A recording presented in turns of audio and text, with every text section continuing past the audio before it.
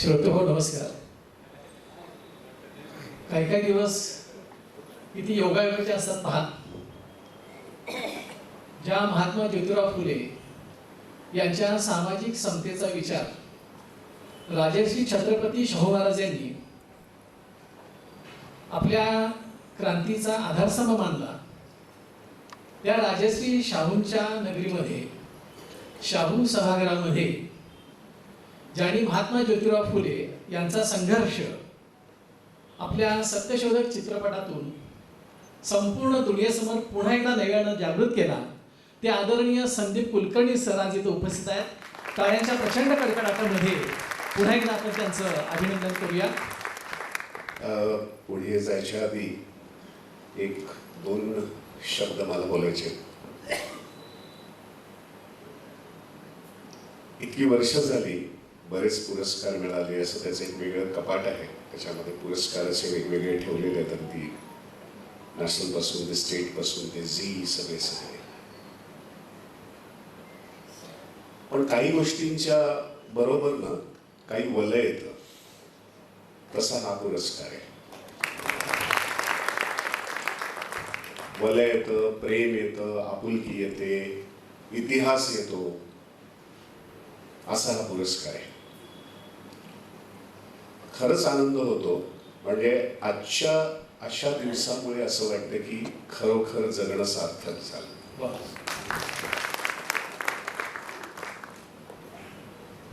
कारण जसं महात्मा फुलेंचं पण मी जेव्हा सिनेमा करायच्या आधी जशी आपल्याला इतरांना माहिती होती तेवढीच फुलेंबद्दल माहिती होती. सिनेमा करायचा जेव्हा हे घाट ठरला तेव्हा मग सगळा रिसर्च सुरू आणि मग कळलं की व्यक्ती काय होती आणि कसं होतं, आणि मग ते सगळं तुम्हाला सिनेमात दिसलं. तसंच दानवे सरांचं काम किंवा दानवे सरांचं सिनेमातनं काम असं पाहिलं होतं, आणि ही व्यक्ती काय होती ही पहिल्यांदा मला आत्ता कळली जेव्हा हे सगळं ठरलं. आणि जयश्रीताईंनी मला सगळं पाठवलं, त्यांचं पुस्तक, त्यांचं लिखाण, त्यांचं सगळं.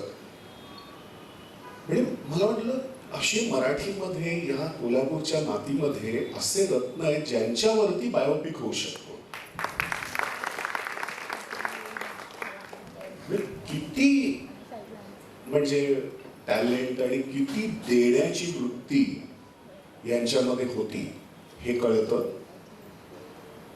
आणि त्यामुळे अशा माणसाच्या नावाने पुरस्कार म्हणा किंवा आपल्या कामाला हे भयंकर, म्हणजे हे खरंच सार्थक ठरल्यासारखं आहे.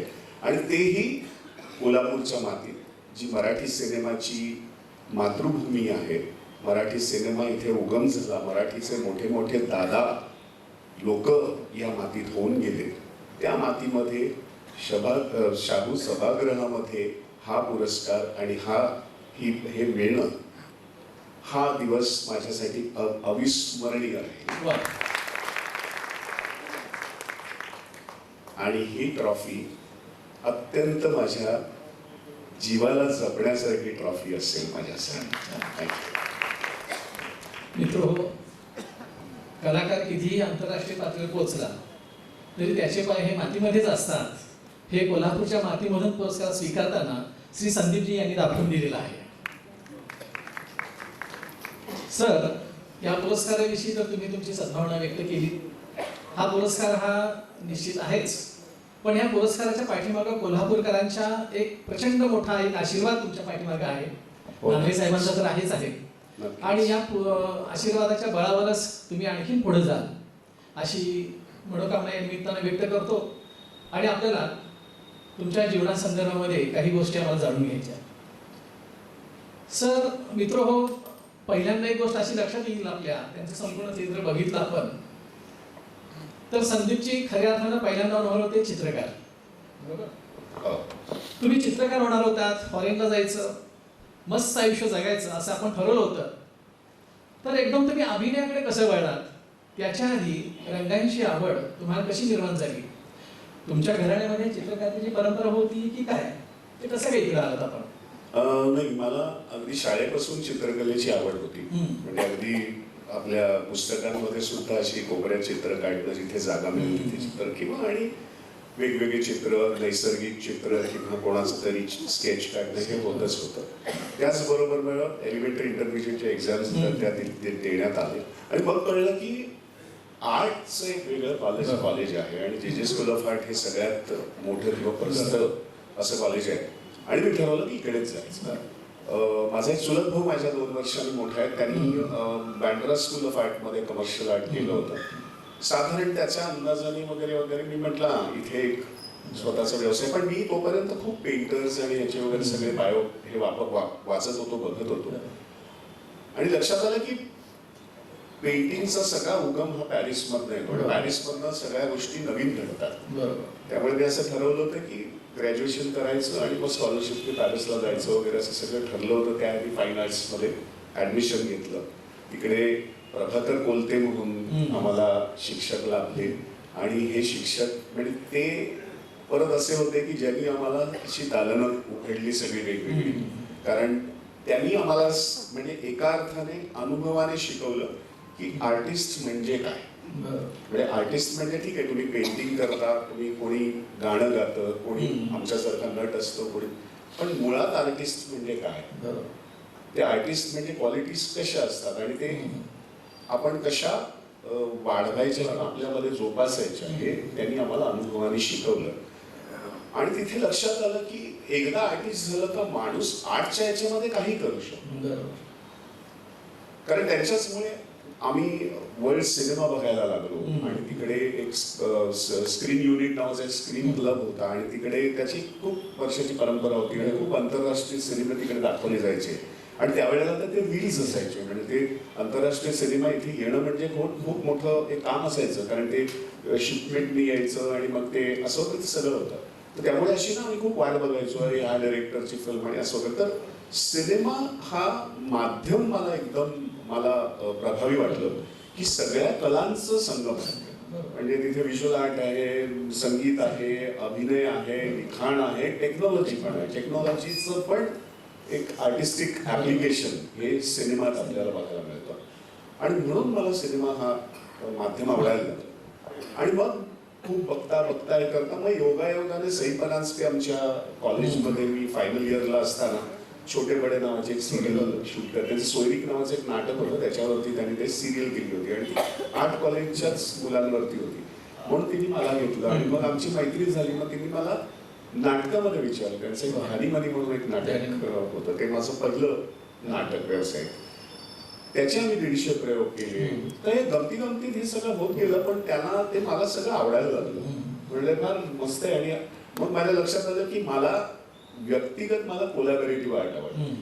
म्हणजे पेंटर आणि लेखक कसा एकलकोंडा असतो, एका अर्थाने खूप एकटा स्वतः हे करत असतो. पण कोलॅबोरेटिव्ह आर्ट मला जास्त आवडतं की याच्याबरोबर त्याच्याबरोबर किंवा आपण एकत्र करूया अशा पद्धतीचं मला हे आवडलं. हे मला कळलं की माझा पिंडा आहे.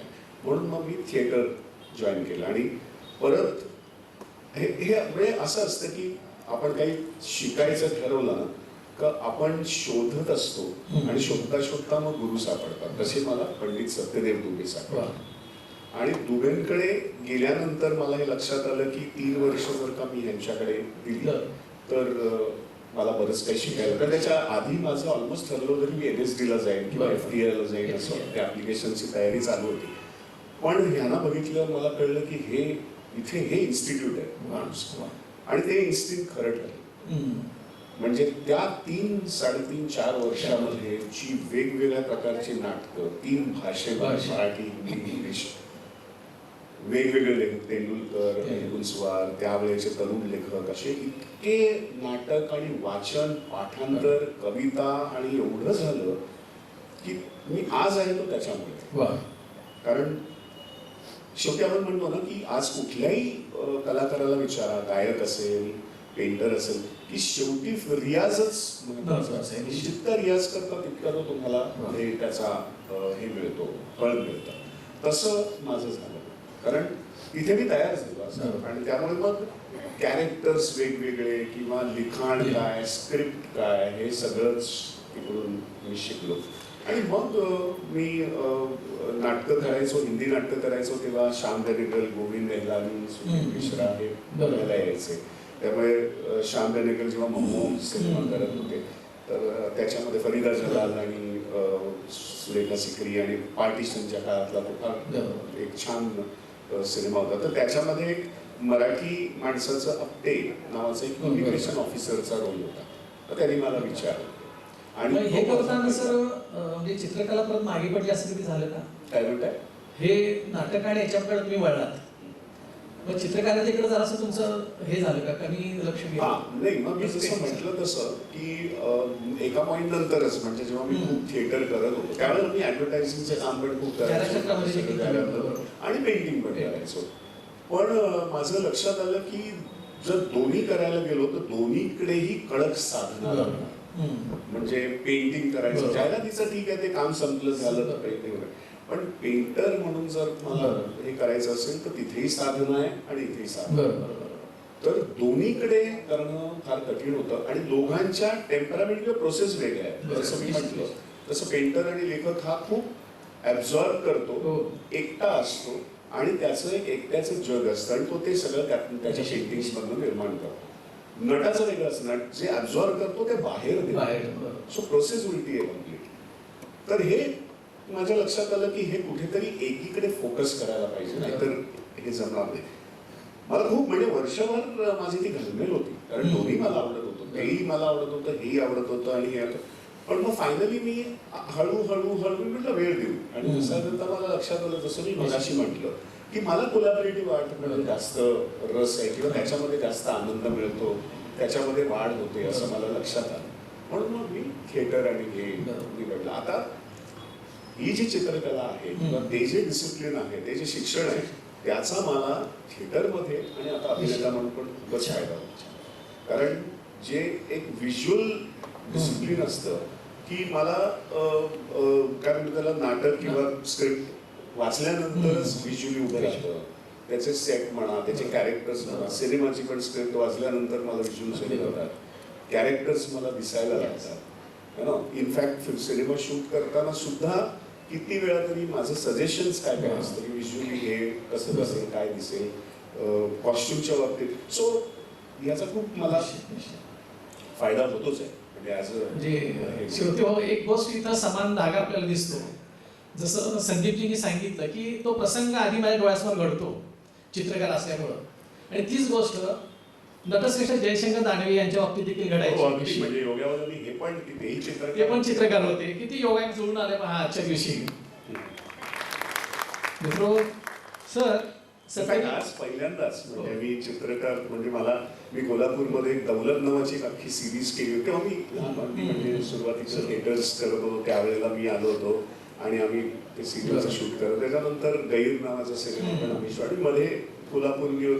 पण आज प्रथम मला असं वाटतं कोल्हापुरात ते सांस्कृतिक काही घरं आणि काही स्टुडिओज मला पाहायला मिळाले. तसं बाबूराव मित्रांनो, कलाकाराची दृष्टी किती शोधक असते पहा. कालपासूनच एक ठरवलं की मला कोल्हापुरातील अनेक जी घराणी आहेत कलेची ती सगळी पाहायची आहेत, आणि सकाळी आल्यापासून हे शोधतायत ती घराणी. मग मेस्त्रींच्या घरी गेली असतील, तिथून पुढं विसे खांडेकर कलादालन तिथलं त्यांनी पाहिलेलं आहे. आणखी पुन्हा याच्यामध्ये तुम्ही जाऊन आलात, चंद्रकांत मांढरे कलादालनमध्ये जाऊन आले, पेंटिंग्स पाहून आले. पेंटिंग्स पाहिले नव्हते.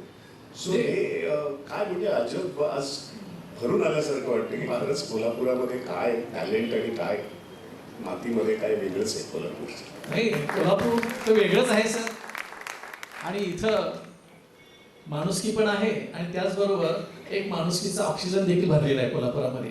आणि त्यामुळं इथली जी ऊर्जा आहे ती निश्चितच तुम्हाला पुढे भविष्यामध्ये उपकारक ठरेल. सर, तुम्ही मगाशी सत्यदेव दुबे आणि विजया मेहतांचा संदर्भ दिला, तर सत्यदेव दुबेंना तर तुम्ही गुरुस्थानी मानताच, तर त्यांच्याकडून कशा पद्धतीनं तुम्हाला मार्गदर्शन मिळत गेलं? दुबे हे म्हणजे मी म्हणतो ना की स्वतः एक इन्स्टिट्यूट होते. म्हणजे आम्ही गमतीत त्यांना NSD म्हणायचो, नॅशनल स्कूल ऑफ दुबई असं आम्ही म्हणायचो. मी ते त्याच्यात पण म्हटलं, कारण एकतर ते शिकवायचे पण NSD मध्ये पण शिकवायचे. बरं, त्यांनी आधी सुद्धा कलकत्तामध्ये जाऊन त्यांनी ऑलरेडी इतकं त्यांचा म्हणजे अनुभव होता. तर त्या अनुभवाचा ते इतकं वापर करायचे की त्यांना ना काही दिवसामध्ये आलेले स्टुडंट्स, आता ते वर्कशॉप घ्यायचे, त्याच्यामध्ये जवळजवळ 80 मुलं असायची जेव्हा वर्कशॉप घ्यायचे तेव्हा. आणि जेव्हा वर्कशॉप संपत येतो तेव्हा एक साधारण एक 65-60 मुलं असायची. त्यातली सगळीच काय पुढे जाऊन व्यवसाय स्वीकारायचा असं नाहीये, पण ती मुलं त्यांच्या त्यांच्या व्यवसायामध्ये सुद्धा एक्सेलन्स येते. याचं कारण असं की पहिली गोष्ट ना ते तुमची दालनं उघडायची, ते तुमचे तुम्हाला म्हणजे विचार किंवा तुमचं एक काय म्हणतात सडनली ना तुमचे मी म्हटलं तसं आर्टिस्ट म्हणून तुम्ही सगळीकडे असे जागृतीने बघायला लागता. असं त्यांचं एक वेगळं पद्धत होती शिक्षा. पहिलं ते होतं ते कधी ऍक्टिंग बद्दल असं डिस्कशन किंवा फार समजावून असं नाहीये. ते सतत त्यांच्या एक्सरसाइजेस मधनं त्यांच्या ह्याच्यामधनं ते तर म्हणजे माहिती असेल की ते काही वेळेला घालून पाडून मुद्दामून बोलायचे. याचं कारण एकच होतं की त्यांना माहिती होतं की जो म्हणजे कलाकार किंवा कुठलाही हे व्हायच्या आधी पहिला तुमचा इगो क्रॅश करायचा. जोपर्यंत तुमचा इगो आहे मध्ये तोपर्यंत तुम्ही कधीच मोठे होत नाही किंवा तुम्ही कधीच नवीन गोष्टी स्वीकारत नाही. तर पहिलं तर ते इगो तोडायचे मला वाटतं. त्यामुळे त्यांचं ना थोडंसं ते गुरु शिष्य परंपरेसारखंच होतं त्यांचं ते. आणि मग त्यातली मी जसं म्हटलं तसं काही मग शिष्यासारखी त्यांच्याकडे वर्ष 3 वर्ष 4 वर्ष अशी असायची. मग त्यातनं ना ते जाता येता असे शिकून जायचे, अनुभव देत जायचे. सो हा सगळा म्हणजे मला जो प्रकार घडला तो म्हणजे काही तर त्यांचे डिसिप्लिन काही गोष्टी होत्यातच, पण काही म्हणतो ना जाता येता कुठल्या तरी अनुभवातनं कधीतरी त्यांच्याबरोबर प्रवास करताना अशा गोष्टी खूप शिकायला मिळाल्या की कसं नट म्हणून कसं कलाकार म्हणून बघायचं, लिखाणाकडे कसं बघायचं, माध्यम वेगवेगळे काय आहे. कारण त्यांनी सुद्धा चित्रपट पण लिहिलेली आहेत त्यांनी आणि तेंडुलकरांनी मिळून हिंदी वगैरे. तर त्यामुळे माध्यमं वेगवेगळी कशी आहेत हे मला शिकायला मिळालं. इथं फार महत्वाचा संदर्भ दिला. सत्यदेव दुबे यांनी जे कलाकारामध्ये जो इगो होता तो उद्ध्वस्त केला आणि मग असं पुढे आणलं. हीच गोष्ट जयशंकर दानवेंच्या देखील चरित्रामध्ये आपल्याला दिसते. त्यांच्या समोर जे पहिल्यांदा कोणी यायचं ते इतक्या तालमीमध्ये त्यांना तयार करून घ्यायचे की संपूर्ण त्यांच्यात सगळा इगो नष्ट व्हायचा. आणि मग सुलोचना दिदीसारखे एक सर्वोत्कृष्ट कलाकार पुन्हा आपल्या मराठी सिनेमाला मिळाली, हिंदी सिनेमाला मिळाली. ते एक गुरु शिष्य परंपरेचा धागा हा नटश्रेष्ठांच्या पासून दुबेंच्या पर्यंत, दुबेंच्या पासून आज इथं व्यासपीठावर संदीपजींच्या पर्यंत येऊन पोहोचलेला आपल्याला दिसतो. कलाकार का मोठा होतो एखादा त्याचं एक उत्तम उदाहरण म्हणून संदीपजींच्याकडे आपल्याला पाहता येतं. सर, अंधायुग नाटक हे सर्वश्रेष्ठ मानलं जातं हिंदीमध्ये. तर या नाटकाच्या निमित्तानं आपण सर अमरीश पुरी, नसरुद्दीन शहा यांच्यावर कामं केली. काय अनुभव होता या लोकांचा? काही माणसं फार दिग्गज आहेत त्याच्यामध्ये. हो, म्हणजे माझं ते पहिलं म्हणजे मी दुबेंजीकडे जॉईन झालं होतं, वर्कशॉप सुरू झाले होते आणि ह्या नाटकाच्या तालमी सुरू होते आणि त्यांनी आम्हाला सांगितलं की एक पहिलं त्यांचं एक प्रेफेस आहे म्हणजे जो अंधायुगचा आहे तोच आम्हाला सगळा पाठ करायला सांगितलं आणि तो सगळ्या तिथल्या एक्सरसाइजेसमध्ये त्याचा वापर व्हायचा. पण त्यांनी आम्हाला काही लोकांना असं सांगितलं होतं नाही अख्खं नाटक जिथं होऊ शकतं तेवढं पाठ करायचं. आता ती भाषाच एवढी कठीण आहे कारण ती काव्यमय भाषा आहे आणि हिंदीमधली धर्मवीर भारतींची अर्थभाषा काहीच कळत नव्हता त्यावेळेला. पण त्यांनी सांगितलं ना आता करायचं म्हणून पाठ करत राहायचं का. आणि नसीरुद्दीनचा ऑलरेडी मोठा स्टार होता त्यावेळेला, त्याचा तो त्रिदेव पण आला होता त्यामुळे खूप बिझी होता, मोठ्या सिनेमात बिझी होता. त्यामुळे तालमी अशा ना एक एक वेगवेगळ्या नटांच्या तर वेगवेगळ्या आधी करायच्या आणि मग ठरलं की एकत्र एक तालमी होतील अशा. तर मला दुबेजींनी सांगितलं तुम्ही मेरे साथ राहो. त्यामुळे ना नसीर बरोबरची तालीम, अमरीश पुरी बरोबरची त्यांच्या घरात गेलेली तालीम, मोहन भंडारी होता तेव्हा त्याच्या बरोबर, आकाश खुराना, तर या तालमी मला जवळून पाहायला मिळाल्या त्यांच्या. आणि मग ते शब्द कसे उच्चारतायत ते कसं होतं हे मला बघायला मिळालं. तो हा जो सगळा अनुभव आहे ना तो मला हे करायला मिळाला. आणि मग ऍक्च्युली मग बॅकस्टेजसाठी आम्ही मदत करायचो सगळं, कारण कॉस्ट्युम ड्रामा होता. अमरीश पुरीचं ऍक्च्युली मी ते सगळे त्यांना ते बांधायला हे करायला पायाचे बांधायला मदत करायला समोर त्यांना ते मी आवडलं तेव्हा संदीप तुम मेरे साथ रहोगे असं करून त्यांनी मला. सो हे करता करता ते नाटकाचं हे पडत होतं. मला अजूनही आठवतो नसीरुद्दीन शहानी पहिला प्रयोग केलेला दिल्लीमध्ये NSDच्या थिएटरमध्ये झाला होता आणि अश्वत्थामा तो करत होता. आता त्याच्या तालमी काही पाहिल्या होत्या किंवा हे पाहिल्या होत्या, पण प्रयोगात काय जादू आहे हे पहिल्यांदा अजूनही काटा येतो. म्हणजे आठवलं का की तो जेव्हा आतमध्ये यायचा आणि त्याची सुरुवात व्हायची की युद्ध होऊन गेलेलं आहे आणि अश्वत्थामा पण जखमी आहे सगळे कौरव मेलेले आहेत, हो. द्रोणाचार्य पण मेलो, त्याचं अश्वत्थामाचे वडील मेलेले आहेत आणि त्याचा एक सोलोलोकी आहे की त्याचं जे अख्खं दुःख आहे आणि मग तो कसा सूड घेण्यासाठी हे होतो असा तो सगळा त्याचा एक पहिला सोलोलोकी आहे तो म्हणजे कमाल करायचा म्हणजे काय. सो हे मला कळलं की लिखाण मधनं नट कुठल्या लेवलला नेतो, बरोबर, काय नेतो, हे सगळं ते पाहायला मिळालं. आणि 3 प्रयोगानंतर नसीब इतका बिझी झाला की मग पुढचे प्रयोगच होईना. मग तुम्ही म्हणाले असं नाही चालणार, एवढं सगळं हे केल्यामुळे तुम्ही म्हणाले ठीक आहे मी आता अश्वत्थामा करतो, पण त्यांचा जो रोल होता तिथे त्यांनी मला ढकलला. अरे वा, तुम करोगे. मला 3 दिवस झोप नव्हती. म्हणजे बाप रे कसं म्हणजे नाही तू करावं आणि करून अर्थात तालमी त्यांचा एक असिस्टंटचा तालमी माझी झोप पडायला होती मी लक्षी. परत कसं होतं की नाटक जरी तुम्हाला माहिती नसलं, तुमच्यासाठी हे नाटक नवीन असलं, ही भाषा नवीन असली, पण पाठांतर असलं ना का खूप गोष्टी सोप्या होतात. म्हणून पहिलं ते नेहमी सांगायचे जी अजूनही सवय आहे मला आणि म्हणूनच या कविता काय हे पाठांतर करायची भूक लागते. हा, त्यामुळे चांगलं काही लिखाण आलं तर ते पहिलं पाठांतर करायची भूक लागते. त्यामुळे पाठांतर जर चांगलं असेल ना तर पहिला नट म्हणून पटकन होता. बाकीच्या गोष्टींना तुम्हाला आत्मसात करता येतात, पण पाठांतरची सवय असेल ना, त्याची एक सवय असेल तर खूप गोष्टी पुढे सोप्या होऊन जातात किंवा तुम्हाला ते आत्मसात करायला सोप्या होऊन जातात. आणि तसं झालं त्यामुळे तो प्रयोग मला करता आला आणि तो प्रयोग छान झाला.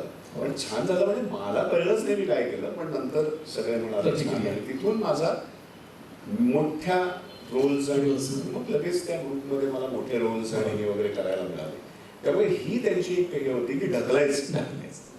त्यामुळे रिस्क घेण्याची म्हणजे एक हे असते ना, पण ते बरोबर तेवढी तयारी त्यांना दिसली पाहिजे की एवढी तयारी आहे आता याला करू शकतो, काही ढकलायला हरकत नाही. आणि याच्याच मुळे काय सर, नंतर तुम्ही आपण चित्रपटामध्ये आलात, मधुर भांडारकर असतील, श्याम बेनेगर इथपासून ते शूल, मनोज वाजपेयी, टायगर 3 सलमान खान असेल, यांच्यासोबत आपण काम केलं. तर ह्या अलीकडच्या लोकांच्या बरोबरचा अनुभव कसा होता तुमचा? नाही ह्या सगळ्या नटांबरोबर मनोज वगैरे आता म्हणजे मनोज वगैरे जेव्हा म्हणजे दिल्लीवरनं आले होते तेव्हा अगदी आम्ही अजूनही मित्र म्हणजे एकत्र. इनफॅक्ट माझी नाटकं बघायला पण यायचा, आम्ही एकत्र खाल्लेलं आहे, जेवलेलो आहेत, आम्ही लोकांना डिरेक्टर्सना भेटायला पण जायचो. तो आमचा एक स्ट्रगलिंग फेज वगैरे आपण म्हणतो तसा होता. आणि तोपर्यंत माझे ते श्वास सुरू झाला होता आणि झाला होता. आणि मग त्याला तो सत्या मिळाला आणि सत्यापासून मनोज एकदम हे झाला. आणि माझं असं झालं की मराठी सिनेमाला थोडंसं एका चांगल्या पातळीवर नेण्याचं, कारण काय होतं मी एकदा एवढा इंटरनॅशनल सिनेमा पाहिला होता, आत्मसात केला होता, थिएटर, वाचन, तेंडुलकर हे ते इतकं केलं होतं. आणि सुरुवात माझी हिंदी सिनेमात झाली, श्याम बेनेगल आहे. त्यामुळे त्या काळामध्ये मला असं कळत नव्हतं की मराठी सिनेमामध्ये मला कसं काम मिळालं. मी काय विनोदी असा नव्हतो किंवा हे नव्हतं, कसं होणार. आणि पहिला श्वास ही स्क्रिप्ट अशी माझ्याकडे. मलाच आश्चर्य वाटलं की मराठीमध्ये असं कसं आहे, असं कसं काय होत आहे म्हणजे घडतंय. आणि मग संदीप सावंत जो त्याचा रायटर डिरेक्टर होता तो म्हणाला की अरे असं असं आहे, या सिनेमासाठी आधी पहिलं तयारी करायला लागेल, मग त्याचं हे तर म्हटलं फारच उत्तम, म्हणजे ही तर पद्धत आहे खरी तर सिनेमा करण्याची किंवा हे. मग मी आता त्यावेळेला मी इतका यंग होतो की तो रोल होता एक मोठ्या काय म्हणतात त्याला एस्टॅब्लिश्ड ऑन्कोलॉजिस्ट, म्हणजे मोठा सर्जन आहे तो, असा नवीन नाही आहे ज्याचं ऑलरेडी त्याचा शब्द किंवा त्याचं बोलणं क्रेडिबल आहे, ज्यांनी खूप ऑपरेशन्स केलेले आहेत, त्याचं मेडिकल वर्ल्डमध्ये नाव आहे. असा सर्जन जे शैलेश पुणतांबेकर ऑलरेडी होते, कारण त्यांच्या जीवनातली ती केस होती. म्हणजे सिनेमामध्ये आजपर्यंत मित्र आपण पाहतो की हिंदी असू दे अथवा मराठी असू दे, डॉक्टरचा रोल काय असतो तर एकच गोष्ट असते की ऑपरेशन इज सक्सेस एवढंच म्हणायचं, किंवा मरीज को दवा की नाही दुआ के जरूर आहे, संपला डॉक्टर. पण इथं मात्र वेगळं आहे, संपूर्ण सिनेमा ह्या डॉक्टर साहेबांनीच पुढे नेला होता आणि तो ऑस्करपर्यंत नेऊन पोहोचवला होता. तर सर ही भूमिका कशी वर्कआउट केली आपण डॉक्टरांनी? सो जेव्हा हे लक्षात आलं की एका अर्थाने ती त्यांच्या पॉइंट ऑफ व्ह्यू डॉक्टरच्या, कारण पुणतांबेकरांनी हो. लिहिलेली केस होती आणि ज्याच्यावरती कथा लिहिली गेली. तर ती माझी आधीपासून नाटकापासूनची सवय होती ना, की कॅरेक्टरला हे करणं, शोधणं किंवा त्याचं हे करणं वगैरे किंवा तसे तसं मी ठरवलं की नाही आता पुणतांबेकरांना जाऊन भेटायचं आणि त्यांच्यावर बोलणं आधी झालं होतं सगळं दिग्दर्शकाचं वगैरे. तर मग मी त्यांच्या क्लिनिकमध्ये जाऊन बसायचो. मी त्यांचे ऑपरेशन्स अटेंड केले. मी जेव्हा जेव्हा जमेल तेव्हा त्यांच्या तेही म्हणायचे, अरे तू काय करतोस इथे बसून, तुला कंटाळा नाही? म्हटलं नाही सर, कंटाळा मला. सो त्यांना करायचं नाही. सो हे इथे चालू असायचं. आणि मुळात मी जसं म्हटलं तसं मी इतका यंग होतो की हे मेडिकल टर्म्स किंवा ऑन्कॉलॉजी म्हणजे काय किंवा एखादा एस्टॅब्लिश सर्जन कसा वावरतो हे मला पाहायला मिळालं, मला हे करायला मिळालं आणि हे सगळं ऑब्झर्व करणं केलं मी. आणि मग इतक्या गोष्टी होत्या की फायनली स्क्रिप्टमध्ये सीन्समध्ये सो 2-3 गोष्टी मला महत्वाच्या होत्या की कॅन्सर स्पेशली ऑन्कॉलॉजीमध्ये मी त्यांच्या क्लिनिकमध्ये पण पाहिलंय की पेशंट त्यांना कोणी भेटायला आला पहिल्यांदा तेव्हा दारातनं येतानाच तो इतका डाऊन असायचा. कारण कॅन्सर त्यावेळेला तर असं होतं, कॅन्सर इक्वल टू डेथ हे इक्वेशन होतं. म्हणजे मला कॅन्सर असं डिक्लेअर झालं का माणूस तो इतका खचलेला आत यायचा. आणि मग पुणतांबेकर त्याला ते टेक्निकली तर समजून सांगायचेच, पण त्याला एवढा होप आणि एवढा पॉझिटिव्ह हे द्यायचे. जाताना एकदम हे जायचं की अरे असं मी बरा होऊ शकतो. हे जे त्यांच्यामध्ये होतं ना ते फार महत्वाचं होतं, जे मला मिळालं आणि जे मी सिनेमामध्ये वापरणार की फायनली डॉक्टरनी तो होप, त्या डॉक्टरनी तो. आणि परत ते इतके क्वालिटेटिव्ह टाइम पण हे करायचे की त्यांना ते असं आत्मसात केलं होतं की एवढे पेशंट असायचे, एवढ्या पेशंटना ते एवढ्याला त्यांना बरोबर 10-15 मिनिटांमध्ये ते सगळं ब्रीफ करून त्याला हे करून तो जाताना एकदम हे असायचं. ही टेक्निक आणि हे मला हे करायला मिळालं. सो मग टर्मिनॉलॉजी त्यांचं वावरणं हे सगळं. सो आणि म्हणून मग जेव्हा मी केला आणि शबाना आझमीनी पाहिला आणि शबानाने फोन करून विचारलं तिला, ते एक तर सिनेमा त्यावेळेला खूप सगळे हिंदी वाले वगैरे बघत होते आणि होतं, तर तिला माझं काम खूप जास्त आवडलं. तिने उर्मिला मातोंडकरच्या वडिलांकडनं माझा नंबर घेतला आणि उर्मिलाचा फोन आला होता की असं असं सांगितलं, शबानाचा फोन येईल. त्याचा फोन आला आणि त्यांनी पहिलं वाक्य होतं, कुठल्या मेडिकल कॉलेजचा आहेस तू? आर्ट कॉलेजचा आहे, जे स्कूल ऑफ आर्ट. विश्वास ती म्हणाले, अरे आम्ही सुद्धा खूप मेथड काम करतो, आम्ही सुद्धा हे करतो, तू मेडिकल स्टुडंटच वाटतोस वगैरे. तर म्हटलं मग ती म्हणाले ऑल द बेस्ट, तू छान तुझं हे आहे. मित्र मगाशी सहज सरांनी जाता एक मुवमेंट केली, तुमचं लक्ष असेल बारकाईनं. सिनेमा पहिला इथं यायला लागतो, तो इथं आला की मग इथनं बाहेर पडतो, आणि जो इथनं बाहेर पडतो ना तो ऑस्करपर्यंत पोहोचतो मित्रांनो. आणि हे एवढं संदीपजीच करू शकतात. संदीपजी यानंतर एक वेगळा ट्रॅक आपण पकडला आणि तो होता म्हणजे माधव आपटे. माधव आपटे म्हणजे मुंबईमधील धावपळीचं जीवन जगणारा किंवा इतर शहरामध्ये प्रत्येक धावपळीचं जीवन जगणाऱ्या प्रत्येक व्यक्तीला माधव आपटे आपला वाटला. तर ही माधव आपटेची भूमिका आपल्याकडे आली कशी आणि ती वर्कआउट कशी करत गेलात आपण? ही व्यक्तिरेखा आम्हाला बघताना प्रचंड तणाव येतो, कारण खिडकीजवळची जागा मिळणं हे प्रचंड मोठं काय की सुख जिथं मानलं जातं, ती जागा मिळवण्यासाठी काय धडपड करावी लागते. तर ते सगळं आमच्या अंगावर येत होतं. तर ही भूमिका तुम्हाला तशी तणाव देणारी वाटली का? कशा पद्धतीने आपण ते माधव आपटे पुढे आणलं? सो हा सिनेमा ही गोष्ट जवळजवळ 1.25 वर्ष आमच्यामध्ये होती, मी आणि निशिकांत कामतमध्ये. गोष्ट आधीच म्हणजे श्वास व्हायच्या आधीच त्याच्याकडे एक गोष्ट होती आणि ही होती. पण श्वास झाला आणि मग श्वास खूप गाजला आणि हे झाला, तर मग मी निशिकांतला म्हटलं, अरे आपल्याकडे जी गोष्ट नाही आता आपण करायला पाहिजे, कारण आत्ता मराठी सिनेमाला एक वेगळं वळण लागलंय आणि ते नुसतं अपघात म्हणून होता का म्हणे. आणखीन असे 2-3 सिनेमे झाले पाहिजेत की ज्याच्यामुळे ह्याला एक शाश्वत मराठी सिनेमाला एक हे मिळेल, फाउंडेशन मिळेल. तू म्हटलं हे गरजेचं आहे आता. मग मी आणि निशिकांत अगदी त्याच्या मागे लागलो. मग त्याची निशिकांतने त्याच्यावरती स्क्रिप्ट लिहिली, आखी केली. आम्ही वर्षभर वेगवेगळ्या प्रोड्युसर्स किंवा यांना ती ऐकवत होतो. एक तर तेच म्हणजे एवढी नवीन दाट अशी गोष्ट ज्याच्यामध्ये गाणी नाही, ज्याच्यामध्ये हे नाही, ही गोष्ट आणि ते पण त्यावेळेला बजेट मोठं होतं कारण त्या सिनेमाचा हे कॅनव्हास मोठा होता.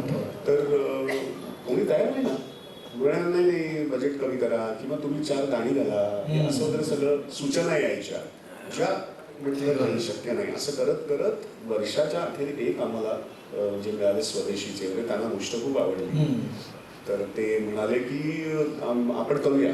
आणि ते म्हणाले की निशिकांतला म्हणाले की बघ तू काय अजून सिनेमा केलेला नाही, मी संदीपचं काम पाहिलं त्यामुळे संदीपवरती तर विश्वास आहेच, पण तू जो सांगतोयस तू तसा सिनेमा नाही झाला तर आम्ही तो स्क्रॅप करू, आम्ही रिलीज नाही करू. कारण ते म्हणाले आमच्या ब्रँडची हे होती आम्हाला. तर आम्ही अख्खा सिनेमा झाला, मस्त झाला. मला टेन्शन होतं जेव्हा ते बघायला आले आणि आम्ही आपले बाहेर असे फिरत नख चावत थांबलो होतो आणि सिनेमा संपल्यानंतर ते असे डोळे त्यांचे भरलेले आणि असे केसे ते आले होते. मी म्हटलं अरे वा सिनेमा बरा झाला. तुम्हाला नाही छान झालं, आपण आता हा मोठा करूया. सो असा हा सिनेमा झाला. आणि मग बरं सिनेमा करताना आता हे जे ट्रेनची जर्नी आहे, कारण हा खूपच सिटीचा भाग आहे की जो रोज ट्रेनचा प्रवास जे मी केलाय कॉलेजमध्ये असताना सगळं केलाय. मला माहितीये गर्दी काय, मला माहितीये 4th-चौथी सीट मिळवणं, कॉर्नर सीट मिळवणं सुद्धा त्या दिवशी मिळाली का असं वाटतं अरे वा दिवस छान जाईल असं ते फिलिंग आहे. रोज ट्रेननी प्रवास त्याचं अर्ध आयुष्य ट्रेनमध्ये जातं, स्पेशली डोंबिवली मध्ये म्हणणार आहे कारण जाण्या येण्यात आणि गर्दीत आणि हे ते. तर सिनेमामध्ये सुरुवातीला तुम्ही बघाल तर त्यांनी ते असे खूप फास्ट मोन्टाजेस वापरले की ज्याच्यामुळे आपण दाखवतो की हा माणूस एवढी वर्ष ह्या पॅटर्ननी त्याचं जगणं बाकी काही त्याला दुसरं हेच नाही. आपण जसं नाटक सिनेमा बघणं, कल्चरली कुठे जाणं, स्वतःची आवड निवड काहीतरी करणं त्याला वेळच नाही. पाणी भरायला पण त्याला खाली जावं लागतं हे काय, त्यामुळे आयुष्यामधला रसच निघून गेलेला आहे.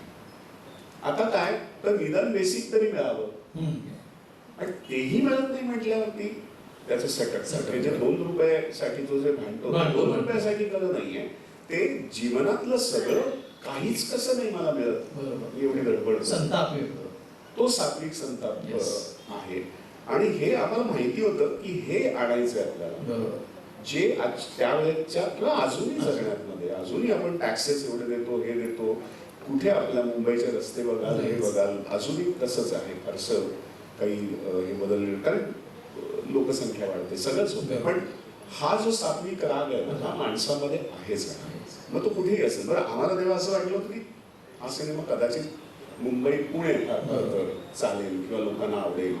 त्यामुळे पण तो सिनेमा म्हणजे 27 आठवडे चालला आणि सगळ्या गावांगावां म्हणजे काय की ते जे इमोशन होतं माधव आपटेचं ते इमोशन खूप आयडेंटिफायबल किंवा प्रत्येकामध्ये ते इमोशन प्रत्येक धावपळ करणारा आपला वाटला माधव आपटे. हो नुसतं धावपळ मी तेच म्हणतो नुसतं धावपळ नाही की काहीही मला मिळत नाहीये किंवा अन्याय माझ्यावरती होतोय कुठल्याही फॉर्ममध्ये कुठल्याही याच्यामध्ये मात्र त्याला तो आयडेंटिफाय करायचा इमोशन असा होता. म्हणजे कितीतरी बायकांना तो आपलंसं वाटायचं माझ्यावरती अन्याय होतो, मला बोलता येत नाही माझ्या मनातलं, मला ऑफिसमध्ये मला उगीच दाबून ठेवलं अशी कितीतरी त्यामुळे इमोशन खूप कनेक्ट झाला. एवढा माधव आपटे सर म्हणजे आपल्याला एवढा जवळचा वाटला प्रत्येकाला तर प्रत्येक भाषेमध्ये माधव आपटे जायला पाहिजे होतं. हो म्हणजे त्यांनी आता इनफॅक्ट अब्बास मस्तानी हिंदीतले नवीन डिरेक्टर आहेत त्यांनी लगेचच दुसऱ्या रिलीज झालेल्या दुसऱ्या आठवड्यातच सगळ्या भाषेचे राईट्स विकत घेतले होते आणि त्यांना हिंदीमध्ये लगेच करायचं आणि बहुतेक अजय देवगणला घेऊन वगैरे असं त्यांचं चाललं होतं. पण ते सुरू करेपर्यंत आधीच म्हणलं हा सिनेमा एवढा मोठा झाला कोणाला माहिती आम्हालाही वाटलं नाही की हा सिनेमा एवढा मोठा झाला की तो इतक्या सगळ्या लोकांनी पाहिला म्हणजे हिंदीतल्या पण सगळ्या लोकांनी पाहिलं. त्यामुळे मग त्यांच्या लक्षात आलं की आता हिंदीमध्ये करून उपयोगच काय एवढं सगळं पाहिलेलं आहे म्हणून मग त्यांनी तामिळमध्ये केलं माधवला घेऊन. पण तो चालला नाही कारण परत तेच होतं की एकतर तो विषय समजून घेणं आणि दुसरी गोष्ट ते जे कल्चर आहे सिटी कल्चर आहे ते तिकडे तसं नाही जे मुंबईमध्ये आहे जे मुंबईमध्ये आहे जी हे आहे. तर त्यामुळे तो तिथे हे शूटिंग करताना काय अडचणी आल्या का तुम्हाला जाणवलंय का? कारण एवढं फास्ट लोकलमध्ये तुमचं बऱ्याच त्यामध्ये दृश्यचित्रित झालेली आहे ती कशी सहज झाली का तुम्हाला प्रचंड हे करावं लागलं संघर्ष करावा लागला? नाही म्हणजे हे अशा पद्धतीच्या शूटिंगला खूप प्लॅनिंग लागतं एक गोष्ट आणि ते बरं ऍक्टरला सुद्धा म्हणजे असं म्हणजे कॅमेरा लांब असायचा, आम्ही हळू जाऊन त्या गर्दीमध्ये मिसळायचो आणि मग ते शूट व्हायचं. रस्त्यावरचे शॉट्स पण असे असायचे सगळे. तर हे टेक्निक आहे की कसे शूट करायचं, काय करायचं. ते निशिकांतमध्ये फार छान आहे. किंवा काही डिरेक्टर्समध्ये असतं की गर्दीतले शॉट्स, ट्रेनमधले शॉट्स कसे घ्यायचे. अर्थात परमिशन्स असतात, पण परत गर्दी असते, लोकांची असते. इनफॅक्ट डोंबिवली रिटर्नला आम्हाला म्हणजे सेम म्हणजे तेच टेक्निक. आता तिथे निशिकांत नव्हता, डायरेक्टर दुसरा होता, रायटर दुसरा होता, पण सेम टेक्निक आणि सेम अनुभव आम्हाला तो हे करायला मिळाला. आणि सो हे काय म्हणतात, जसं आम्ही शूलमध्ये पण केलं होतं की गर्दीमधले काही सीन्स होते, प्लॅटफॉर्म स्टेशनवरती होते, पण तिथे तेच होतं की तिथे लोकांना सवयच नसल्यामुळे तिथे त्यावेळेला लोकांना काम धंदेच नव्हते, त्यामुळे दिवसभर येऊन लोक उभे राहायचे आणि आम्हाला ते काही शूटच फार करता यायचं नाही. त्यांना हातलवलं तर लग्न मारायची वगैरे असं बरंच काय करायचं. तर इथे मुंबईमध्ये आणि पुण्यामध्ये किंवा जिथे शूटिंग तिथे तो प्रश्नच येत नाही. फार तर लोक बघतात किंवा लोक भेटतात आणि मग तुम्ही तुमचं काम करा वगैरे असं ते होतं. त्यामुळे तसं काही मोठा चॅलेंज नसतो. सर याचबरोबर आपण अवंतिका, गुंतारुले हे CID, मलबार हिल असेल किंवा पोलीस फाईल, स्वाभिमान यासारख्या मालिका आपण केल्या.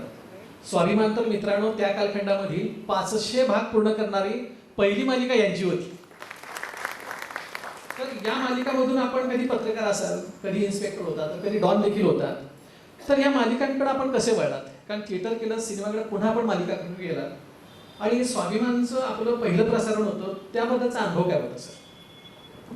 तो तेव्हा दूरदर्शन होतं आणि मी म्हटलं तसं कसं होतं की जेव्हा आपण हा व्यवसाय करायचे ठरवतो तेव्हा आपल्याला वेगवेगळी माध्यमं हाताळायला लागतात आणि तुम्हाला ते काम करावं लागतं, एकतर प्रोफेशनली पैशासाठी पण आणि तुम्हाला स्वतःला स्थिरावायला.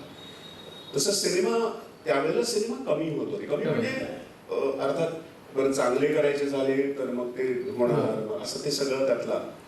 मग मालिकांमध्ये सुद्धा हे दिग्दर्शक काम करायचे, म्हणजे दिग्दर्शक सुद्धा मालिका. म्हणजे मी स्वाभिमान तर अख्खं महेश भट्टनी हे केलेली ती सिरीज आहे, कन्सिव्ह किंवा त्याचं क्रिएटिव्ह हे ते होते आणि त्यांचे असिस्टंट डिरेक्ट करायचे. त्यामुळे डायरेक्ट महेश भट्टांबरोबरच आमचं हे असायचं. त्यामुळे काही नाही म्हणायचं, कारण त्याच्यामध्ये तर कोण कोण नव्हते. मनोज वाजपेयी होता, आशुतोष राणा होता, हिंदीतले कितीतरी थिएटरचे हर्ष छायापासून सगळे. त्यामुळे कोणी कोण म्हणजे त्यावेळेला तर. आणि शोभा डे लीत होत्या म्हणजे त्या काळातल्या, त्यामुळे नाही म्हणायचा काही प्रश्नच नव्हता.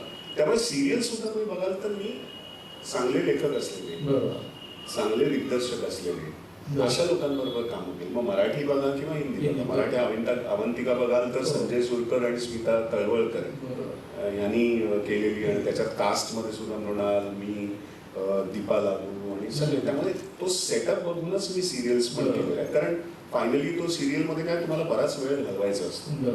तर त्यामुळे तुम्हाला ती मजा पण आली पाहिजे करताना, तुम्हाला तो त्या लोकांना को ऍक्टर्स चांगले असतील. मग हे दुसरी गोष्ट असं असतं की त्यावेळेला आत्ता हे वेब सिरीज वगैरे सुरू झाले किंवा सिनेमाचे नंबर सुद्धा वाढले. म्हणजे श्वास आणि ह्याच्यानंतर मग मी मराठी सिनेमामध्ये खूपच हे झालो आणि म्हणून मग गुंतता हृदय हे जे 6 महिन्याची सिरीज होती आणि त्याची गोष्ट अख्खी माहिती होती. त्याच्यामध्ये परत झीनी एक खूप वेगळ्या पद्धतीने त्याचं बजेटिंग पासून सगळं वेगळं होतं. परत त्यातले ऍक्टर्स वगैरे सगळे चांगले आणि असं ते सगळं, आणि सतीश राजवाडे. तर सिनेमातलीच लोक जे करत होती त्यांच्याबरोबरच मी शक्यतो काम केलं टेलिव्हिजनमध्ये. म्हणजे हिंदीमध्ये तर श्रीराम राघवन वगैरे जो आजचा म्हणतो त्याच्याबरोबर मी टेलिव्हिजन केलं आहे, अनुराग बासू बरोबर केलं आहे. असे हे सगळे आत्ताचे जे हिंदी डायरेक्टर्स आहेत जे त्यावेळेला टेलिव्हिजन करायचे. तर याचबरोबर सर सुमित्रा भावेंची दिग्दर्शित एक फार गाजलेली त्यावेळी मालिका की अखेरची रात्र. तर याच्यामध्ये आपण श्रीकृष्णाची भूमिका केली होती. तर या ऐतिहासिक आणि पौराणिक भूमिकेविषयी आपण कसं बघितलं होतं त्या? कारण एकदमच परत हे जरी पौराणिक असलं तरी तिकडे गांधारी आणि कृष्णाचं ते एक वेगळं लिखाण होतं की ज्याच्यामध्ये की गांधारी त्याला जबाबदार धरते या सगळ्यांना, की तुला सगळं माहिती असताना तुला सगळं कसं का केलंस. आणि त्या ह्याच्यामधलं एक म्हणतो ना की तो म्हणजे कृष्ण तिला म्हणतो की अरे पण मी पण तुझा मुलगाच नाही का, तू मला का बरं का करतेस. पण ती म्हणते ना तिचं जे दुःख आहे ती बरं. जखमी आहे बाई आई. 100 मुलं गेली आणि सगळंच तर तर तो तो म्हणतो की मग ते सगळं ना त्याच्यामध्ये फिलॉसॉफिकल बरोबर. एक हे हिस्टॉरिकल हम्म. असे सगळे आहे तर ते पौराणिक नाहीच आहे. तर ते अशा प्रकारची खूप वेगवेगळी नाटकं पण झाली आहेत आणि वेगवेगळे सिनेमे आणि लोकांनी हे पण प्रयत्न केलेले आहेत की पौराणिक पात्र पण त्यावेळेचं नातं जे ऑब्लिगेटेड नातं किंवा त्यावेळेला काय वाटलं असेल असं हे करून केलेली ही वेगवेगळी लिखाण आहे त्याच्यामध्ये मी काम केलं. आता म्हणजे तुम्ही सिरियल देखील केला आणि चित्रपट पण करतात तर या दोन्हीमध्ये फरक कसा जाणवतो तुम्हाला सर? मालिकामध्ये आणि चित्रपट म्हणजे एक साधारणपणे असा फरक जर ढोबळमानात सांगायचा ढोबळ म्हणायचं सांगायचं झालं तर सिनेमा ही कादंबरी आहे आणि सिरियल आपलं टेलिव्हिजन सिरियल आहे हा वर्तमानपत्र आहे. रोजचं वाचायचं रब्बीला जातं. सर याचबरोबर टेरिटरी सारखा एक वेगळा असा तुम्ही जंगल अनुभव देणारा जो सिनेमा केला होता काय होते सगळे तिथले अनुभव जंगलचे? टेरिटरी एक छान वेगळा अनुभव देणारा सिनेमा ठरला कारण त्याचा लेखक दिग्दर्शक त्याचा पहिला सिनेमा होता. इनफॅक्ट तुम्ही जर नोट केलं असेल तर मला प्रश्न पण येतो की बरेचसे म्हणजे दिग्दर्शकाच्या पहिल्या फिल्म्समध्ये मी काम केलं. म्हणजे श्वास संदीप सावंतची पहिली होती, डोंबिवली फास्ट श्रीकांत कामतची पहिली होती. या एक तर काय होतं की पहिली फिल्म असते किंवा ज्या कलाकाराला ज्या लेखकाला किंवा दिग्दर्शकाला जे सांगायचं असतं ना बऱ्याच वर्षापासून असं तुंबलेलं असतं आणि ते सांगायची भयंकर एक आतून एक ड्राईव्ह असतो आणि ती एनर्जी खूप काम करते आणि त्याची एक वेगळी गंमत ती दिसते काम करताना असं. तर हे मी अनुभवले आणि म्हणून हा जेव्हा विषय आला तेव्हा सचिन बुळलेलवार म्हणून तो पण त्यांनी कुठेतरी ट्रेनिंग केलं होतं आणि केलं होतं त्यांनी स्वतः हा सिनेमा तो मूळ यवतमाळचा आहे. त्याचं बालपण आणि सगळं त्याचा आजोळ यवतमाळचा राहतो न्यू मुंबईला. तर त्यांनी जे पाहिलेलं तिथलं आणि आत्ताचं जे कॉम्प्लिकेशन झालंय की तो म्हणजे तो लहान असताना साधारण तिथे त्या जंगलामध्ये 5 वाघ होते आणि आताच्या काळात ते 35 झाले आणि जंगल आणि गाव हे अशी फार लांब लांब नाही आहेत. काही गावं तर अगदी अशी जंगलाच्या मध्ये आणि काय होतं की वर्षानुवर्ष आता तिकडे गुरं चरायला हे सगळं घेऊनच जात होते आणि जसं मग वाघ वाढत गेले तशी तस्करी वाढली. मग ते गव्हर्नमेंटचं हे आलं त्याच्यावरती फॉरेस्ट डिपार्टमेंटचं हे आलं सगळं आलं.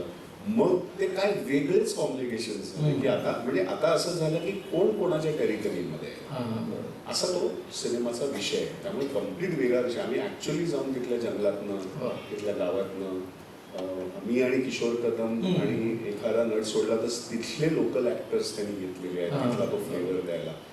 त्यामुळे फार छान अनुभव आणि छान तो सिनेमा आणि खूप इंटरनॅशनल फेस्टिवल्स वगैरे पण तो जाऊन आला सिनेमा. तो आता ॲमेझॉनवर आहे कोणी पाहिला नसेल तर बघू शकता. टेलिव्हिजन सर मालिका आणि चित्रपटाबरोबरच तुम्ही स्वतःचं प्रोडक्शन हाऊस सुरू केलं तर या प्रोडक्शन विश्वाकडे वळावं असं कसं काय वाटतं तुम्हाला?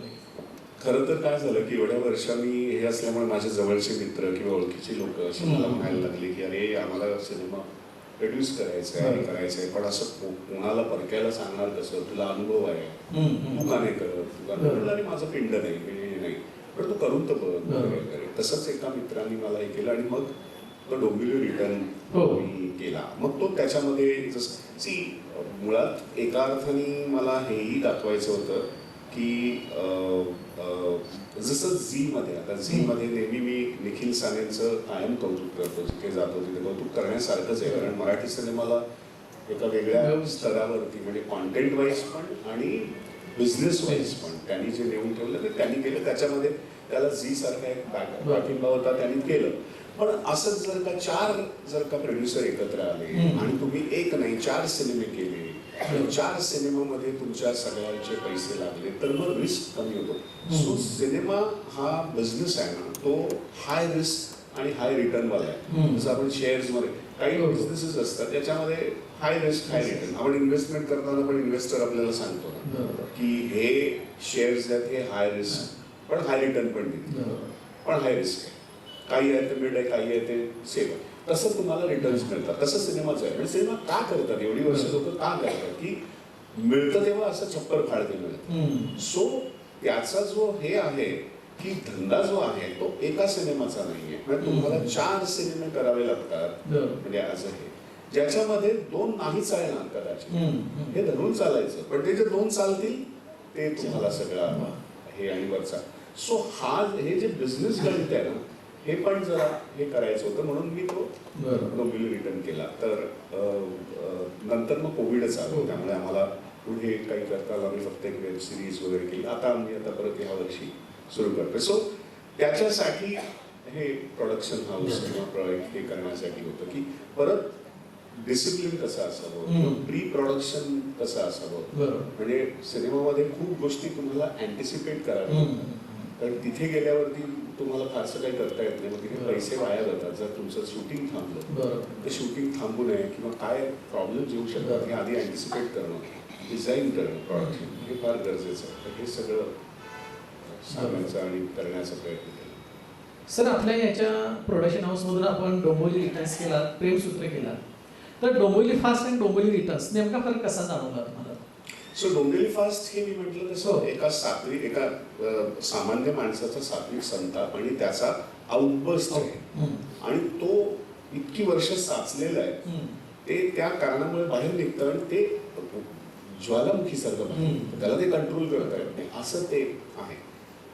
डोंबिवली रिटर्नची गोष्टच मुळात अशी होती की परत सामान्य माणूस, आम्ही त्याला डोंबिवलीतच प्लेस केला, पण हा तसा सदन आहे. म्हणजे त्याला त्याची नोकरी आहे, तो मंत्रालयामध्येच PR डिपार्टमेंटमध्ये आहे.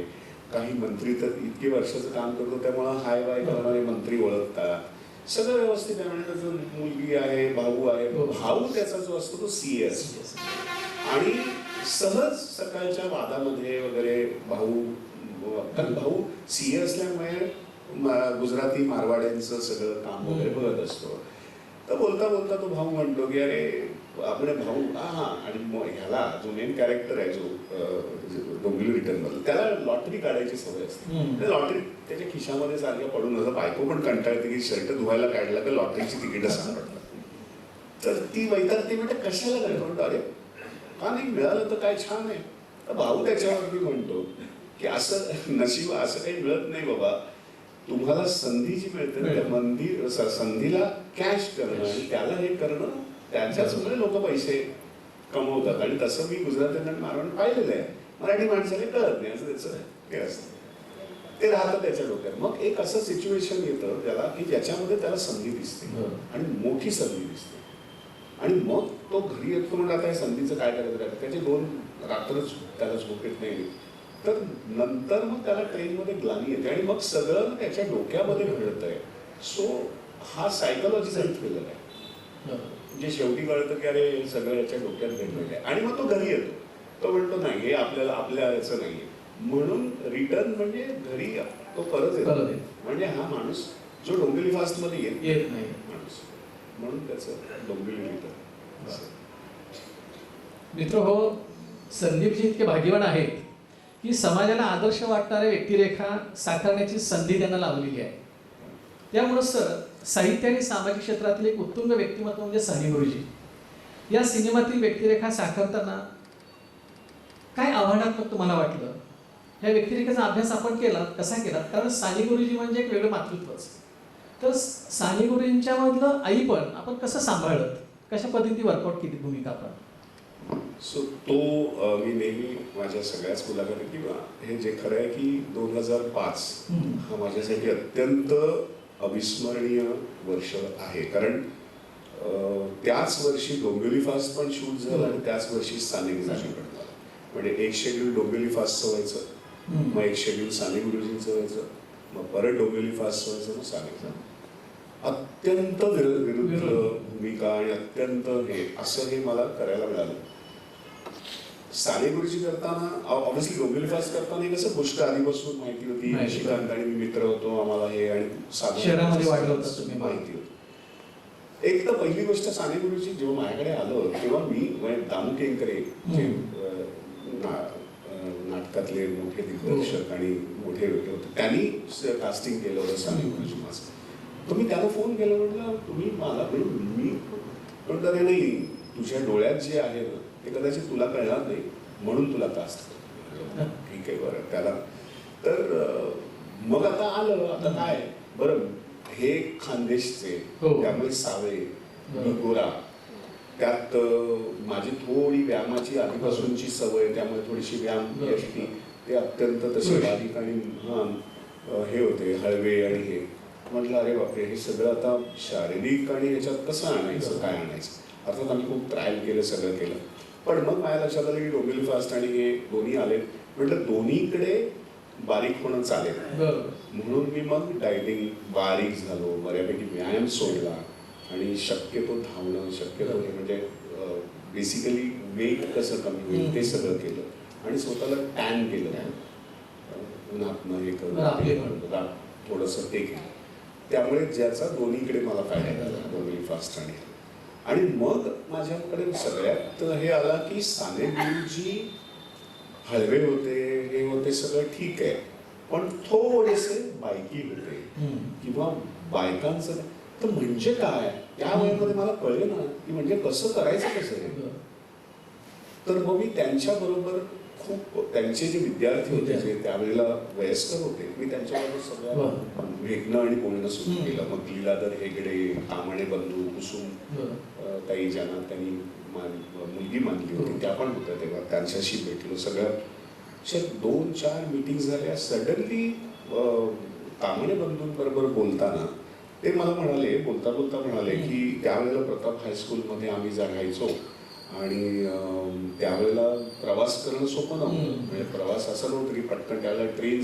काहीच नव्हतं असं म्हणजे तर 2-2 वर्ष आम्ही आई वडिलांना बघायला मिळायचं नाही आम्हाला पण ते म्हणाले आम्हाला कधीच उणीव जाणवली नाही कारण गुरुजी एवढं आईसारखं करायचे की आमचं शुश्रूषा करायचे म्हणजे कोणी आजारी पडला तर सगळी शुश्रूषा ते करायचे त्यांचा स्पर्श आईसारखा होता आणि फाटकन माझ्या डोक्यात हे झालं की अरे म्हणजे हे त्यांनी सतत आईला जगवलं स्वतः कायम म्हणजे मग साने गुरुजीचं आपलं श्यामची आई वगैरे वाचलं तर मग लगेच संदर्भ लक्षात येतात की आईचा एवढा पगडा होता त्यांच्यावर की आई गेल्यानंतर सुद्धा त्यांनी आईला स्वतःचे सगळे आईचे व्हॅल्यूज आईचे जे फिलिंग्स हे सगळं होतं तिथून मला ते लक्षात आलं की अरे हा माणूस तर आई होता आणि तिथून मग तो ते जेव्हा कळलं तेव्हा मग ते सोपं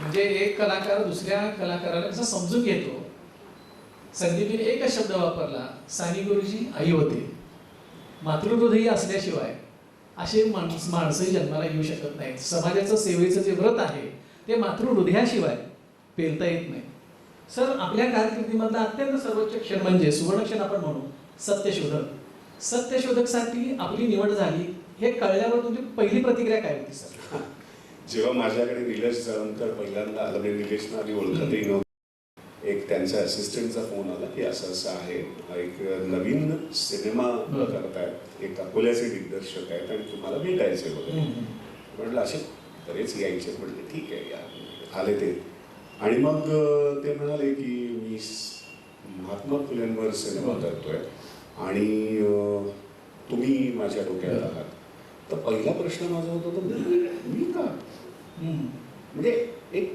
तरी विचारच केला म्हणजे मी सुद्धा विचार केला नाही की मी महात्मा फुले दिसू शकतो किंवा असं काहीच नाही तर त्यांनी लगेचच एक फोटो ज्याच्यामध्ये माझा फोटो आणि महात्मा फुलेंचा मॉर्फ केला आणि त्यांनी असं मला दाखवला आणि मी बघून मीच आश्चर्यचकित झालो म्हटलं अरे मी खरोखर बराचसा दिसतो आणि मग तिथून मग त्याला नाही म्हणायचं हेच नाही मग त्याला बरं काय तुझी स्क्रिप्ट काय मग ती तो सगळा हे सुरू महात्मा फुले म्हणजे शतकावर प्रभाव टाकणारे व्यक्तिमत्व पण त्याचं म्हटलं तसं मलाही तसं फार वरवरचं माहिती होतं जे काही एक पब्लिक डोमेन मधलं एवढंच होतं पण जेव्हा सगळं आतमध्ये शिरल्यानंतर कळलं की काय व्यक्तिमत्व होतं म्हणजे वर्कआउट करताना किती जणांना तुम्ही भेटलात वगैरे काही विचारवंतांशी बोलणं झालं तुमचं खूप लोकांशी म्हणजे एक तर त्यांचं सगळं धनंजय किरांचं जे पुस्तक आहे ते तर फारच अप्रतिम आहे ते आहे आणखीन काही वाचलं फुलेंनी लिहिलेलं वाचलं सावित्रीबाईंनी लिहिलेलं वाचलं मग हरिनारायणना भेटलो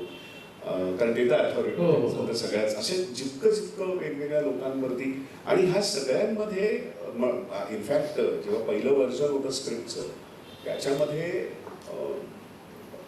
महात्मा फुले हेच फोकस होते. सावित्रीबाईंचे मोजून 4 सीन होते आणि ठीक आहे म्हटलं मी वाचलं, पण नंतर मी जेव्हा रिसर्च केला आणि हे केला आणि जेव्हा कळलं तेव्हा कळलं की असं चालणारच नाही. हे दोघांचा प्रवास आहे. अगदी बरोबर. आणि जरी ह्यांनी सावित्रीबाईंना शिकवलं आणि हे केलं पण ते वयाच्या किती 16व्या 17व्या वर्षी त्याच्यानंतर जो त्यांचा साथ आहे तो अगदी शेवटचा साथ आहे. म्हणजे ते 2 शरीर आणि 1 जीव असं ते दोघांचा इक्वेशन आहे. आणि त्या काळामध्ये जिथे बायकांना बाहेर पडायची पण किंवा काही स्वतःचं मत मांडायची हे नव्हती तेव्हा त्यांनी हे केलं होतं. आणि सावित्रीबाईंनी तेवढ्या कन्व्हिक्शननी काम केलं. म्हणजे काय दोघांचं एका अर्थाने तो एक रोमांच होता. म्हणजे आपण म्हणतो ना की कुठल्या तरी एका पर्पज किंवा कुठल्या तरी कार्याचा तो रोमांच होता दोघांचा. तर म्हटलं हे आहे सिनेमा, म्हटलं हे पाहिजे लिखाणात. तुम्ही म्हटला सर सावित्रीबाईंचं जे काही योगदान आहे, सावित्रीबाईंचं योगदान आहे म्हणून या सभागृहामध्ये बऱ्याच सावित्री इथं बसलेल्या तुम्हाला दिसतो. म्हणूनच हा सिनेमा फार म्हणजे माझा तोच प्रश्न म्हणजे नेहमी असं असतो कुठलाही ऐतिहासिक सिनेमा करताना किंवा हे करताना आता काय त्याचं रेलेव्हन्स आहे. तर अजूनही रेलेव्हन्स आहे. अजूनही स्थिती बऱ्यापैकी तशीच आहे. अजूनही इंटिरियर्स मध्ये गेलात तर बायकांवरती अन्याय तेवढा होतोच आहे. अजूनही आपण तिथे पोचलेलो आणि अजूनही तेच आहे की मनापासून जेंडरला फिमेल जेंडरला इक्वली मानणं हे किती लोक मानतात अजून आतून दाखवतो आपण अगदी वगैरे पण मनापासून किती लोक मानतात जे त्यांनी त्या काळामध्ये केले. जे महात्मा फुलेंचा जो सगळा संघर्ष होता सामाजिक समतेचा तो बरोबरीनं हाताळला तो सावित्रीबाईंनी. बरोबर. तर त्यांच्या त्या कॅरेक्टरला आपण कसं पाहताय? कारण तुम्ही म्हणता तर फक्त 4च त्यांच्यासाठी प्रसंग दिले होते, पण हे संपूर्ण व्यक्तिमत्वाकडे कसं पाहता तुम्ही? नाही मग तो सगळ्याच ती गोष्टच निर्माण त्या दोघांमधला ही नातं कुठून सुरू झालं. कारण त्यांचं नॉर्मल लग्न झालं होतं जसे लहानपणी पूर्वी व्हायचे तसं दोघांची लग्न लावून दिली होती. आणि जसं मी नेहमी म्हणतो ना की महात्मा फुलेंचं त्या लग्नाच्या वरातीत जर अपमान झाला नसता तर कदाचित महात्मा फुले पण झाले नसते. सो जसे आपण म्हणतो ना की त्या ह्याच्यामध्ये दिवारमध्ये गोष्ट आहे की मेरे हात पे तेरा बाप चोर आहे. तर ते जर लिहिलं नसतं बोलवलं नसतं तर तो असं आहे ते. सो हे फार महत्वाचं असतं की आयुष्यामधल्या कुठल्या घटनामुळे काय होतं आणि कसं होतं. तर हे पॉइंट्स असतात जे तुमच्या स्क्रिप्टमध्ये तुमच्या ह्याच्यामध्ये जे यायला पाहिजे ज्याच्यामुळे ऑडियन्स पण कनेक्ट होतो आणि ही गोष्ट निर्माण होते. तसं मग या दोघांमधलं नातं कसं तयार झालं मग ते कुठून झालं मग ते काय झालं मग कुठे त्यांचा घरोबा ते जेव्हा घर जेव्हा वडील हे सांगतात घर सोडा तेव्हा सावित्रीबाई डिसिजन न बोलता पहिल्या जाऊन ते कपडे गुंडाळलं, न बोलता दोघं काही न बोलता घर सोडतात. सो हे जे आहेत ना मोमेंट्स हे सिनेमातले फार महत्वाचे मोमेंट्स. सर आम्ही सत्यशोधक ज्यावेळी पाहिलं थिएटरमध्ये तर एक वेगळं आम्हाला दृश्य देखील दिसलं की 20-22 वर्षातील मुलामुलींची उपस्थिती प्रचंड होती. आणि हा जो मुलांचा जो बदललेला ट्रेंड आहे ही अभिरुची आहे, या अभिरुचीकडे कसं पाहता तुम्ही? आपण मी जसं म्हटलं तसं ना काही सिनेमे खरंच आपल्याला थक्क करतात आश्चर्य. जसं मी डोंबिवली फास्ट आहे म्हणूनच हा सिनेमा परत महत्वाचा आहे. आता हेतू हा होता की आत्ताच्या सगळ्या पिढ्यांना किंवा ह्यांना एकतर हे पर्सनॅलिटीज काय होते हे दाखवून देणं, हे नातं काय होतं आणि नातं कसं होतं. नातं छोट्या छोट्या गोष्टी होतं का म्हणजे तुम्ही नुसतं एक प्रेझेंट दिला तू किती छान आहेस असं बोलून त्या क्रायसिसमध्ये त्या कठीण ह्याच्यामध्ये तुम्ही एकत्र कसे उभे राहता तुम्ही कसे. सो एक मोठा पर्पज असेल आयुष्यामध्ये किंवा काहीतरी आपल्या आयुष्यामध्ये पर्पज असेल ना तर मग बाकी प्रॉब्लेम छोटे होऊन जातात. आपण खूप छोटे प्रॉब्लेम्स घेऊन बसतो आणि त्याच्यावरती भांडतो त्याच्यावरती वाद घालतो. म्हणजे बोलणं सोपं आहे मला माहिती आहे पण हा अँगल तरी लोकांसमोर यायला पाहिजे. डोंबिवली फास्ट मधला माधव आपटेचा एक सात्विक संताप आणि सत्यशोधक मधला महात्मा फुलेंचा संताप काय नेमका फरक आपल्याला? खूप फरक आहे. डोंबिवली फास्ट मधला माधव आपटेचा संताप आहे तो एका अर्थाने खूप पर्सनल व्यक्तिगत आहे. तो व्यक्तिगत आहे आणि त्यालाच मला मिळत नाहीये आणि त्याच्यासाठी, आणि मग तो इतका एका अर्थाने वन ट्रॅक माइंडेड आहे की त्याला दुसरा पर्स्पेक्टिव्ह मिळतच नाही. जेव्हा ते आजोबा आणि आजी त्याला सांगतात की बाबा तुझा हेतू बरोबर आहे पण मार्ग चुकीचा आहे, तसं आहे.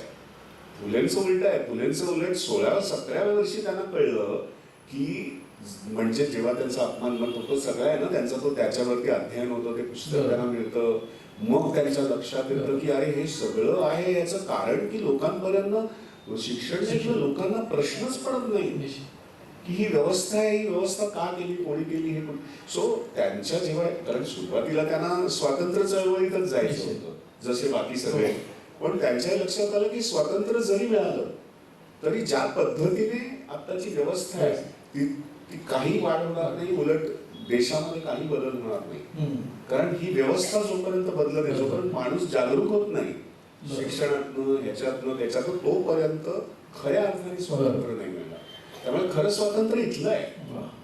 आणि म्हणजे गांधी किंवा बरेच म्हणायचे ना की माझं स्वातंत्र्य इथून आहे, तुम्ही जाल तेव्हा जाल, इंग्रजांना सांगाल. म्हणजे शिवाजी महाराजांनी काय केलं, त्यांनी म्हणजे ही बिलीफ की स्वराज्य मिळणार किंवा स्वराज्य होणार.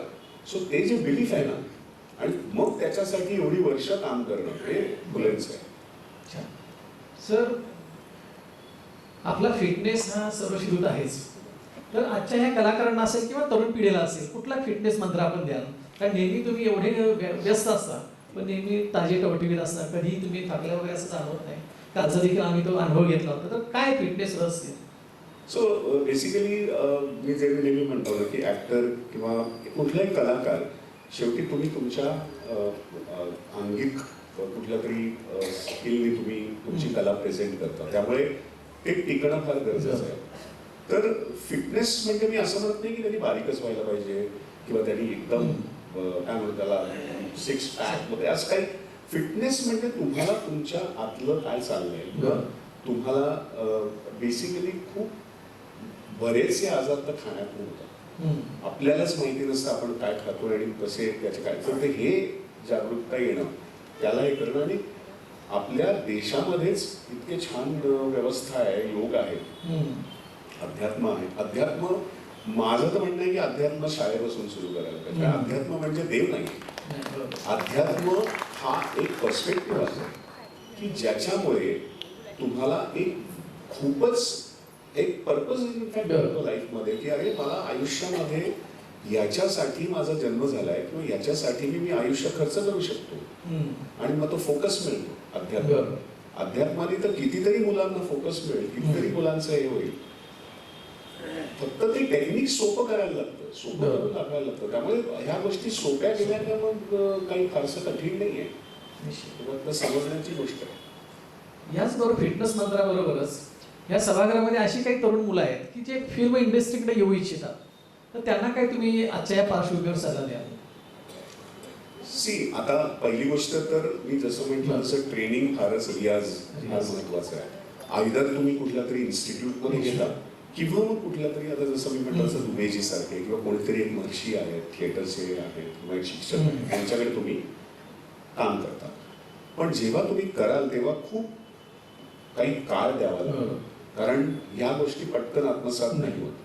खूप करून बघायला लागतं, ट्रायल्स एंड एरर्स होतात, हे करून बघ, ते करून बघ, त्याच्यानंतर बघणं जाऊन. मी जसं म्हटलं, पहिली गोष्ट तर तुमचे सेन्सेस, म्हणजे आपण आर्टिस्ट म्हणजे काय, आता मी जेव्हा आमच्या पहिले माझे जे गुरु होते, तर आर्टिस्ट म्हणजे काय, जे आपले 6 इंद्रिय, ह्या इंद्रियामध्ये जागरूकता आणि ह्या इंद्रियामध्ये अवेअरनेस, तिथून पहिली आर्टिस्टची सुरुवात होते. जो गायक आहे त्याचा कान तीक्ष्ण असतो, त्याला कान इतका सूर कळतो आधीपासून. जो शेफ असतो त्याला चव कळते. जो आर्टिस्ट आहे, पेंटर आहे, त्याला डोळ्यामध्ये त्याला दिसतं सगळीकडे हे वेगवेगळे आज. तर ह्या सेन्सेसवरती जागरूकता आणणं हे पहिलं काम व्हावं लागतं, ज्याला आपण सेन्सिटिव्ह म्हणतो किंवा ज्याला आपण संवेदनशील. आणि मग ह्या गोष्टींमुळे ना तुमचे अप्रोच बदलतो, तुमचा वाचनामधनं वेगवेगळ्या गोष्टी कळतात, तुम्हाला पाहण्यामधनं वेगवेगळ्या, तुमची दृष्टी बदलते, तुमचं पाहण्याची हे बदलते, असं सगळं आहे. आणि मग तिथून मग मी म्हटलं तसं रियाज, रिहर्सल हे करणं, मग वेगवेगळे फॉर्म ट्राय करणं, आणि मग तिथून मग तुम्हाला आणि परत माध्यम समजून घ्या. कारण थिएटर हे एक वेगळं माध्यम आहे, सिनेमा हे एक वेगळंच माध्यम आहे, टेलिव्हिजन वेगळं माध्यम आहे, त्याचं लिखाणापासून दिग्दर्शनाला वेगवेगळे, ही माध्यमं पण समजून घेणं फार गरजेचं आहे. आणि म्हणूनच मी का सगळीकडे टेलिव्हिजनमध्ये पण काम केलं की माझ्याच शिक्षणासाठी मी टेलिव्हिजन केलंच नसतं, मला कळलंच नसतं की टेलिव्हिजन हे माध्यम काय.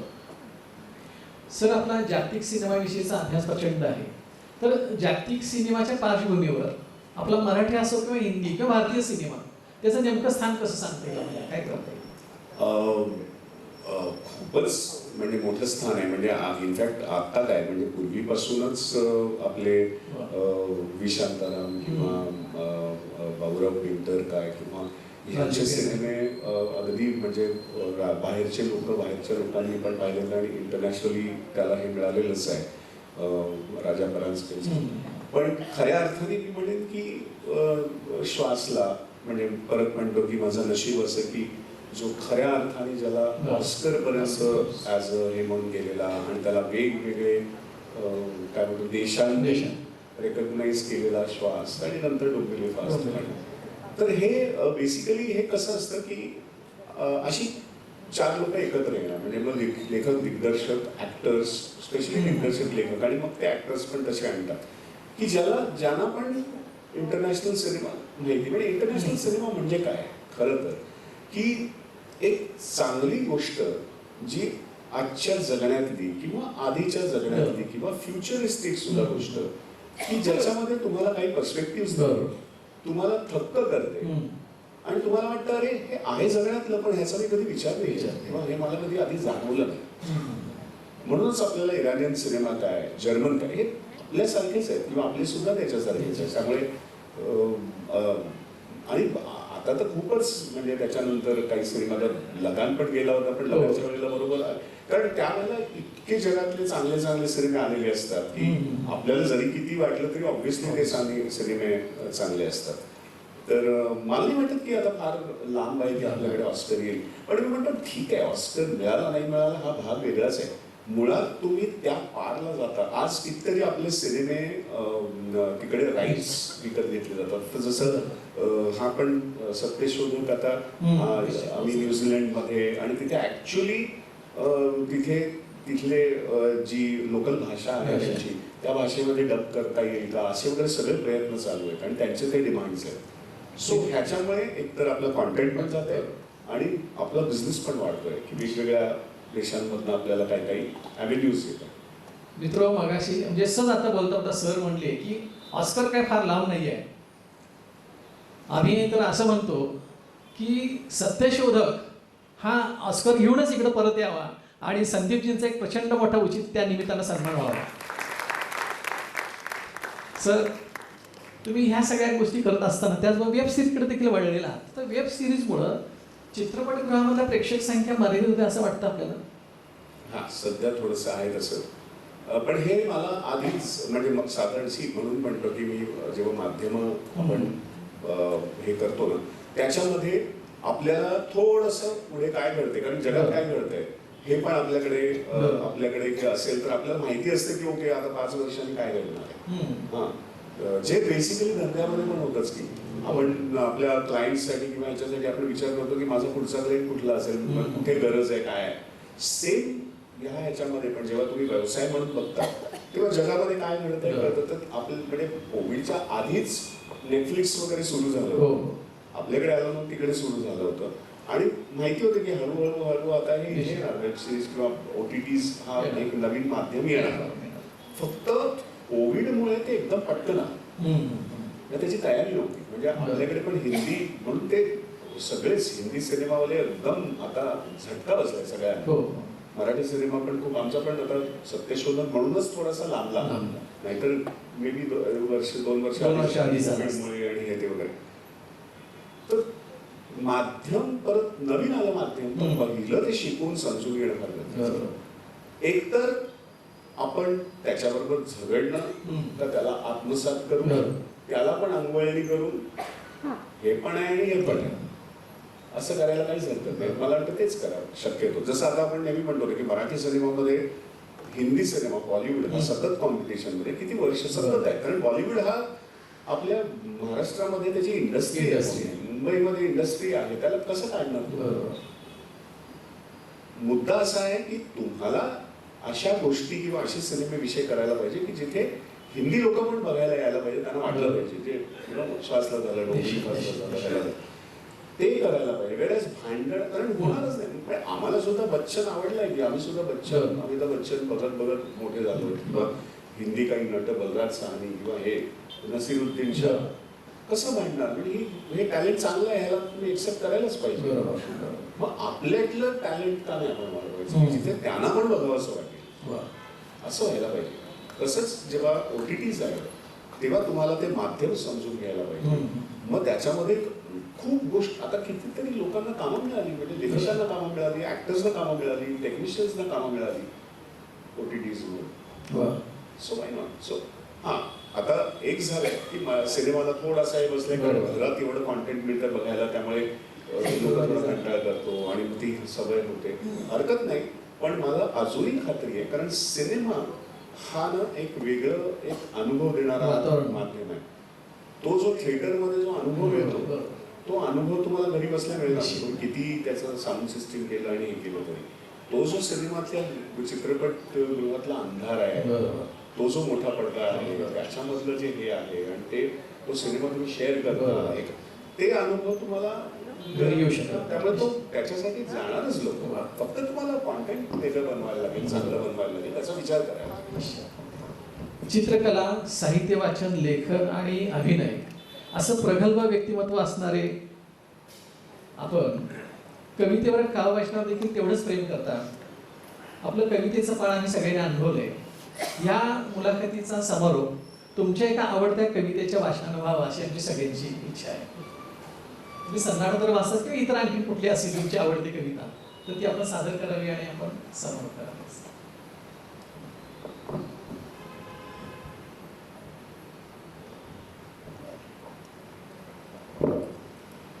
तुम्हाला काय ऐकायचं, म्हणजे तुम्हाला असं खूप काहीतरी जड ऐकायचंय का, तुम्हाला असं छान पुलंसारखं काहीतरी असं काहीतरी ऐकायचं? दोन्ही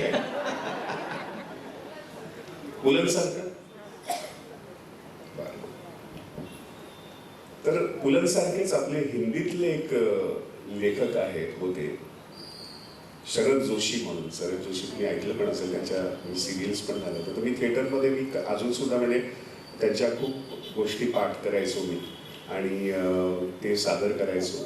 त्यातली एक फार माझी आवडती एक त्यांचं एक लिखाण आहे आणि त्यांनी तेव्हा लिहिलं होतं जेव्हा मोबाईल फोन्स वगैरे काहीच नव्हते. हां, आणि त्यांनी असं लिहिलं होतं आणि त्यावेळेला जेव्हा ते यंग होते किंवा तेव्हा प्रेमपत्र लिहायची अशी एक हे होती. की प्रेमपत्र हे आता कोण लिहितं, एक व्हॉट्सॲपवरती आपण त्यावेळेला प्रेमपत्र वगैरे लिहिली जायची. तर त्यांचं एक हे आहे की प्रेम राष्ट्रभाषा हिंदी का प्रेमपत्रों में स्थान, असं त्याचं शीर्षक आहे. प्रेम में आदमी एकदम से अंधा नहीं हो जाता है, धीरे धीरे होता है. पहले तो उसकी आंखों की दृष्टि कम हो जाती है. इसका प्रमाण ये कि जिस लड़की से वो प्रेम करता है वो उसे अब से यकायक सुंदर दिखने लगती है. इधर आंखों की दृष्टि कम हुई और उधर कन्या का चेहरा प्रकाश में नजर आने लगा और इसी चौंधियाने किसी हालत में वो अपने जीवन का पहला प्रेम पत्र लिखने बैठता है. और तब उसे पता चलता है कि हिंदी में प्रेम पत्र लिखना प्रेम करने से ज्यादा कठिन काम है. और यहीं पर आकर हमारी राष्ट्रभाषा हिंदी के सम्मान का प्रश्न उपस्थित होता है. हमारी राष्ट्रभाषा हिंदी की स्थिति ऐसी है कि मूर्ख अच्छे प्रेमिक साबित होते हैं, लेकिन जो विद्वान हैं, भाषा जानते हैं, वो असफल हो जाते हैं. अब मेरा ही उदाहरण लीजिए. जिस तरह संपादकों ने मेरी रचनाएं अस्वीकृत की, बिल्कुल उसी तरह लड़कियों ने मेरे प्रेम पत्र रिजेक्ट कर दिए. संपादकों से खैर मैं आड़ा रहूंगा, लिखते लिखते लिखकर बन भी जाऊंगा, लेकिन वो लड़कियां मेरी चिट्ठियां ग्रहण करने के बजाय किसी और के साथ पानी ग्रहण कर चली जाएंगी. हमारी भारतीय शिक्षा प्रणाली का एक दोष ये भी है कि इसमें प्रेम पत्र लिखना नहीं सिखाया जाता है. आज हमारे युवक कहते हैं कि उनकी शिक्षा जीवन उपयोगी नहीं है, तो उनका एक आशय ये भी है कि जीवन में प्रेम पत्रों का बहुत महत्वपूर्ण स्थान है। स्कूलों में हमें ये तो कहा जाता है कि मित्र को पत्र लिखकर बताओ कि गर्मियों की छुट्टियां कैसे गई, या फिर पिताजी को पत्र लिखकर बताओ इम्तिहान पर्चे कैसे गए। और कोई शिक्षक ये नहीं पूछता कि अपनी प्रेमिका को पत्र लिखकर बताओ कि तुम्हारे जाने के बाद इस सनम खाने पर क्या गुजरी, या जब तुम्हें पहली बार देखा तो दिल में कैसा लगा। अरे कोई शिक्षक ये नहीं पूछता। लेकिन जो होनहार छात्र होते हैं वो अपने पाठ्य पुस्तकों की सीमाओं में बंधे नहीं रहते, वो अनुभव से अपना ज्ञान बढ़ाते हैं। तो मेरे छात्र जीवन में मैंने भी बिल्कुल ऐसा ही किया। पहला मौका पाते ही मैं प्रेम पत्र लिखने बैठ गया। पहला प्रेम पत्र लिखना बड़ा सरबीर जी का काम था। इसमें हमारी राष्ट्रभाषा कोई मदद नहीं करती। हमारी हिंदी में प्रेम शब्दावली इतनी पिछड़ी हुई है, कम है, कि नाजुक मौकों पर हमें उर्दू से काम चलाना पड़ता है। तो अब जरा सोचिए, ऐसी पिछड़ी शब्दावली में हम आधुनिक युवतियों को कैसे प्रेम पत्र लिख सकते हैं। तो आज जरूरी है कि एक आयोग की स्थापना हो जो इस विषय पर विचार करेगा। मैं जानना चाहता हूं कि हमारी राष्ट्रभाषा प्रचार संस्था इस मामले में क्या कर रही है, गवर्नमेंट क्या कर रही है। क्या उन्हें ये नहीं पता कि प्रेम पत्र राष्ट्रभाषा प्रचार के सर्वश्रेष्ठ माध्यम है। कल हमारे युवक सारे संसार की युवतियों को हिंदी में प्रेम पत्र लिखेंगे। अगर हिंदी में पत्र लिखे पत्रों का असर नहीं हुआ, लड़की शादी को राजी नहीं हुई, तो हमारे युवकों का क्या जाएगा।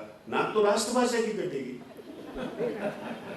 खैर, वो मेरा पहला प्रेम पत्र था, इसलिए मैंने अपने मित्र की सलाह लेने की सोची। उसकी हिंदी मुझसे अच्छी थी। उसने इतने प्रेम पत्र लिखे थे कि मोहल्ले में तो उसकी इज्जत गिर चुकी थी, लेकिन पोस्ट ऑफिस वालों के नजरों में काफी थी। लड़की का नाम क्या है, उसने मुझसे पूछा। मैंने कहा नाम नहीं बताऊंगा, क्या भरोसा, कल खुद ही लिख भेजो। प्रेम पत्र लिखना जरूरी है कहा। मैंने कहा जरूरी क्या होता है, क्या बैंक से लोन लेना है, जब जरूरत पड़े तब एप्लीकेशन करें। यार बात लिखित में आ रही है, सोच लो। मैंने कहा प्रेम अंधा होता है, टटोल के देखना पड़ता है, संभावना है कि नहीं। मैंने कहा जब तक प्रेम पत्र नहीं लिखूंगा तब तक परिस्थितियां कैसे उपलब्ध होगी। आखिर वो मदद देने को राजी हो गया। मैंने कहा देखो यार, पत्र की भावना शुद्ध हो ना हो तुम देखो, पत्र की भावना शुद्ध, भाषा शुद्ध होनी चाहिए, क्योंकि हिंदी के लेखक के नाते अपना एक इमेज है, वो बिगड़ना नहीं चाहिए। वो लड़की भी क्या चीज थी, बंजर जमीन पर खिले गुलाब के फूल जैसी। जब देखती थी तो दिल पे तलवार सी चल जाती थी, भवानी टाइप की। इतना तो कहना होगा मित्रों की आजादी के बाद लड़कियों का सिर उठा है, चाहे राष्ट्रभाषा का उतना नहीं उठा हो। आप जानने को उत्सुक होंगे कि मेरे उस प्रेम पत्र का क्या हुआ जो मैंने उस कन्या को लिखा था। राष्ट्रभाषा की उन्नति में आपकी गहरी रुचि में समझ सकता हूँ। वो मेरा पहला प्रेम पत्र था, उस कन्या के लिए भी पहला प्रेम पत्र था जो किसी ने उसे लिखा था। वो कन्या उस पत्र का अर्थ समझ नहीं पाई। उसने वो खत अपनी माँ को दिया, वो थोड़ा थोड़ा समझी। उन्होंने लड़की के पिताजी को दिया, वे काफी कुछ समझ गए। और पिताजी ने स्कूल के प्रिंसिपल को दिया, वे सब कुछ समझ गए। उनकी तो हिंदी बहुत ही अच्छी थी। वो पत्र की भावना को जानने के बाद वो क्रोध में अगर आग बबूला होकर बोले, मैं इस संदीप के बच्चे का सिर तोड़ूंगा। हिंदी के मौलिक लेखकों को प्राय ऐसी चुनौतियों का सामना करना पड़ता है। मैं प्रिंसिपल महोदय के बारे में सिर्फ इतना कहूंगा कि जितने पीटने वाले प्रिंसिपल के नाम है ना, उनमें हमारे स्कूल के प्रिंसिपल का नाम स्वर्ण अक्षरों में लिखा जाता है। इनके द्वारा पीटे हुए बालक भविष्य में आगे चलकर बड़े बड़े पदों पर विराजमान है, कुर्सी पर भी बैठे हैं। तो इन्होंने मेरी प्रतिभा को सही रूप में पहचाना। यह लड़का जो आप लड़की को पत्र लिखता है, कल बड़ा होकर अच्छा लेखक बनेगा, समस्त नर नारियां इसको पढ़ेंगे, इसे पीटना बहुत जरूरी है। तो उन्होंने मुझसे पूछा, तुम्हारी हिम्मत कैसे हुई किसी लड़की को प्रेम पत्र लिखने की। मैंने कहा सर, आत्मविवंचना के लिए साहस पहली आवश्यकता है। वे जब मुझे पीट रहे थे तब पहली बार गहराई से एहसास हुआ कि हमारी राष्ट्रभाषा कितनी पिछड़ी हुई है। उस वक्त मेरी एक बात समझ में नहीं आई कि भविष्य में मैं आगे चलकर प्रेम पत्र लिखूं या राष्ट्रभाषा की सेवा करूं। वो कन्या जिसे मैंने प्रेम पत्र लिखा था, अब पता नहीं कहाँ है। उसने किसी अच्छे हिंदी में जानने वाले से शादी कर ली। उसकी तकदीर जोरदार है, अपनी कलम जोरदार है। वो सभी जिन जिनको मैंने प्रेम पत्र लिखे किसी और के साथ पानी ग्रहण कर चली गई। अब सिर्फ जोरदार कलम बाकी है जो राष्ट्रभाषा की सेवा में समर्पित किया। तो अब तो आपको एक बात तो आप मानेंगे कि ज्यादा प्रेम पत्र लिखने के चक्कर में मैंने अपना स्तर चाहे कितना ही गिरा दिया हो, लेकिन मैंने अपने राष्ट्रभाषा का स्तर गिरने नहीं दिया।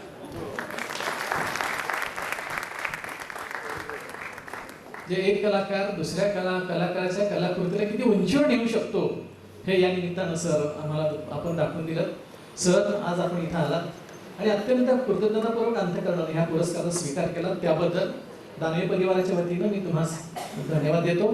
आणि आपण सर्व रसिक श्रोते वेळात वेळ काढून इथं उपस्थित राहिला दरवर्षीप्रमाणे आणि अत्यंत दिलखुलासपणे हा संवाद आपण अनुभवला, त्याबद्दल तुम्हाला देखील धन्यवाद देतो। आणि हा कार्यक्रम इथं संपला असं जाहीर करतो। पुढच्या वेळी याच ठिकाणी याच वेळी याच मंचावर आपण भेटूया। धन्यवाद सगळ्यांना।